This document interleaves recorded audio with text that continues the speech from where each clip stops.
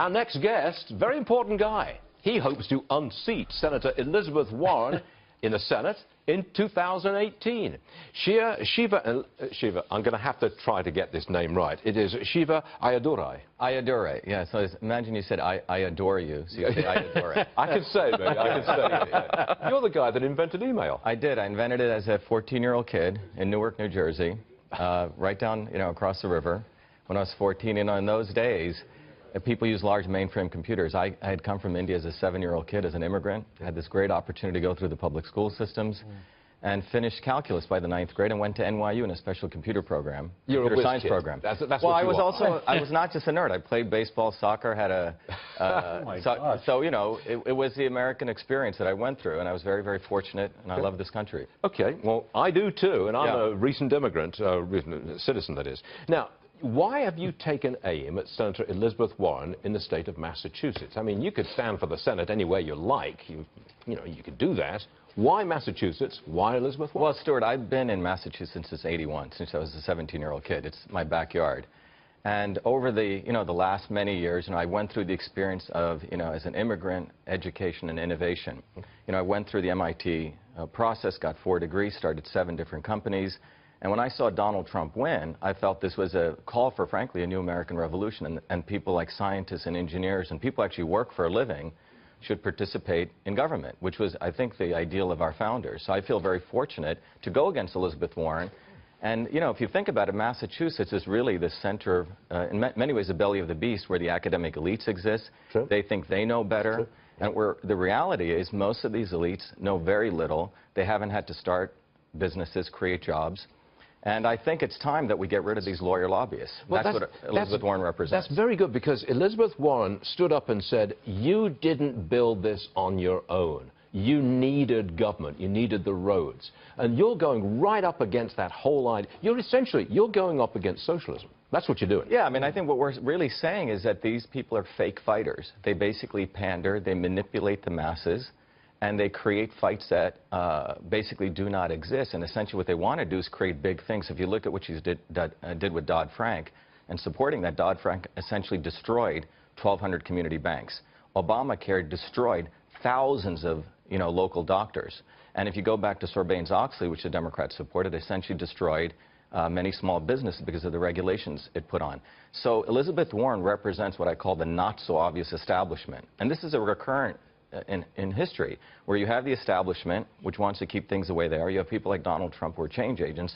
And then you have the insidious element, people like Elizabeth Warren, who speak a good game, and they essentially confuse the masses to essentially funnel them back to the policies of the establishment, which is big business, and destroy the small guy. While they represent, great PR, and so they're fighting for the You've got to guy. go through the primary process. I mean, you're not the Republican candidate yet at this point. You've got to go through the primaries. Are you self-financed? I'm sure you're a wealthy guy. Well, here's the interesting thing. When I looked at the numbers, I don't understand where a lot of this money goes, and from an entrepreneurial level. So we are running our campaign as though it's an entrepreneurial business. The key is, the product is the authenticity of the message, what we stand for, and then you have to do the marketing and the selling. I see a lot of the career politicians raise tons of money. Most of it is going to consultants. A lot of it goes into TV, which is good, but there's other mediums now, social media. There's other vehicles where you can go direct. And so we're running this in a very, very different way, and running it in a very frugal, tight budget. Yeah, you are, because that's a very different approach. I mean, we've had social media as a factor in elections for, say, the last 4 or 5 years, but it's coming on so strong. You know how to use it. That gives you a leg up, I suspect. Definitely. The technology, one of the companies I built was called EchoMail, where we actually created technology for analyzing email for the White House, believe it or not, back when Clinton was around. We grew that to a company to actually support digital media. In fact, the Bush campaign used us back in 2000. So I know digital media well, and there's very cool things you could do with integrating digital media with offline, what people call transmedia. So when you integrate offline and online, you get a much better lift. And there's some very powerful ways to use media that I think technologists and media people know, that you don't just have to throw a ton of money at a lot of this stuff. It's sort of dumb money. What's the timetable here? Because we'd like to follow your progress. Yeah, so if you think about it, April is when the state convention is. That's April of next year. April of next year. Republican state convention. Republican state convention, where they actually select the nominee. And then September is the actual Republican primary, and then November, literally 2 months later, is a general election. But I'm looking forward to going against Warren. You know, I know how these elites work. I know I can defeat her. You know, it's the same process that people like Elizabeth Warren have done for a long time, essentially, to confuse people. Now, in Massachusetts, 46% of Democrats have said that Elizabeth Warren should not run. So there's a significant opportunity here. So for me, defeating Elizabeth Warren in Massachusetts is driving a bigger blow at these institutions of power right at the belly of the beast. You know, to support, I think, you know, I love Donald Trump. I think he's doing a great job. He's my hero. And I'm very fortunate, again, to be part of this moment in history. I got to tell you that way back, I was on with Sean Hannity on the night when Scott Brown won Ted Kennedy's Senate seat in the state of Massachusetts. That was a sensation. Yeah. If you do the same and beat Elizabeth Warren, Senator Warren, that would be a double sensation. Well, I think only a real Indian can defeat the fake Indian. Oh. I sent her a DNA test kit for her birthday, and I was very sad that she returned it.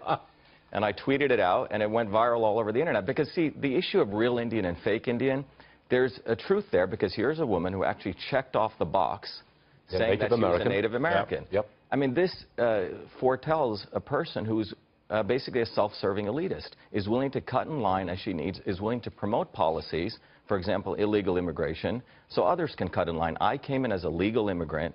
You know, my dad came first. We had to wait about a year. So there's essentially disrespect for the law and disrespect for the country. And these people, you know, play a very, very good game, and they're essentially un-American in my position. Okay. I'd love to see you debate her. Yes. I would love to see me debate her, too. It's going to be a lot of fun. Have you asked her? You're having too much fun. Well,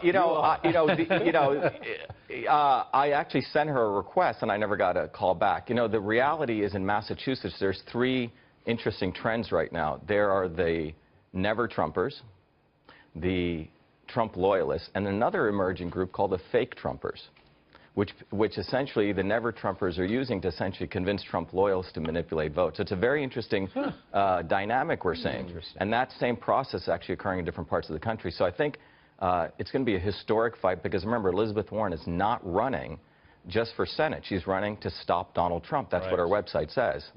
So I think it's going to be a historic campaign. I think it's going to reveal a lot of very, very important contradictions that are important for the American public to hear. Shiva Ayyadura, Yes. how's that?